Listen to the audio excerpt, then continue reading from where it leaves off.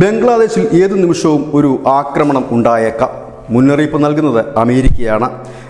അവർ പറയുന്നത് തീവ്ര ഇസ്ലാമിക സംഘടനകൾ ബംഗ്ലാദേശിൽ പിടിമുറുക്കി തുടങ്ങിയിരിക്കുന്നു. അവരുടെ ഭാഗത്തുനിന്നൊരു ഭീകരാക്രമണം ഉണ്ടായേക്കാം, ഇല്ലെങ്കിൽ ഒരു ആഭ്യന്തര കലാപം. ഏതായാലും അതിൻ്റെ സാധ്യതകൾ ചൂണ്ടിക്കാട്ടിക്കൊണ്ട് തങ്ങളുടെ പൗരന്മാരോട് ബംഗ്ലാദേശ് യാത്ര ഒഴിവാക്കാൻ US സ്റ്റേറ്റ് ഡിപ്പാർട്ട്മെൻറ്റ് ഒരു നിർദ്ദേശം പുറപ്പെടുവിച്ചിരിക്കുന്നു. ആ നിർദ്ദേശത്തിൽ പറയുന്ന പ്രധാനപ്പെട്ട കാര്യങ്ങൾ ഇങ്ങനെയാണ്. ബംഗ്ലാദേശിലെ മിക്ക ഭാഗങ്ങളും ലെവൽ 3 ആണ്.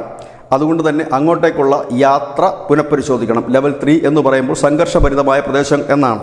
എന്നാൽ ചിറ്റഗോങ് കുന്ന്, ഖംഗ്രാൻചാരി, റങ്മതി, ബന്ദർബൽ തുടങ്ങിയ ജില്ലകളിലേക്കുള്ള യാത്രകൾ പൂർണ്ണമായി തന്നെ ഒഴിവാക്കുകയും അവിടെയുള്ളവർ മടങ്ങുകയും ചെയ്യണം. കാരണം ഇവിടെ ലെവൽ 4 ആണ്.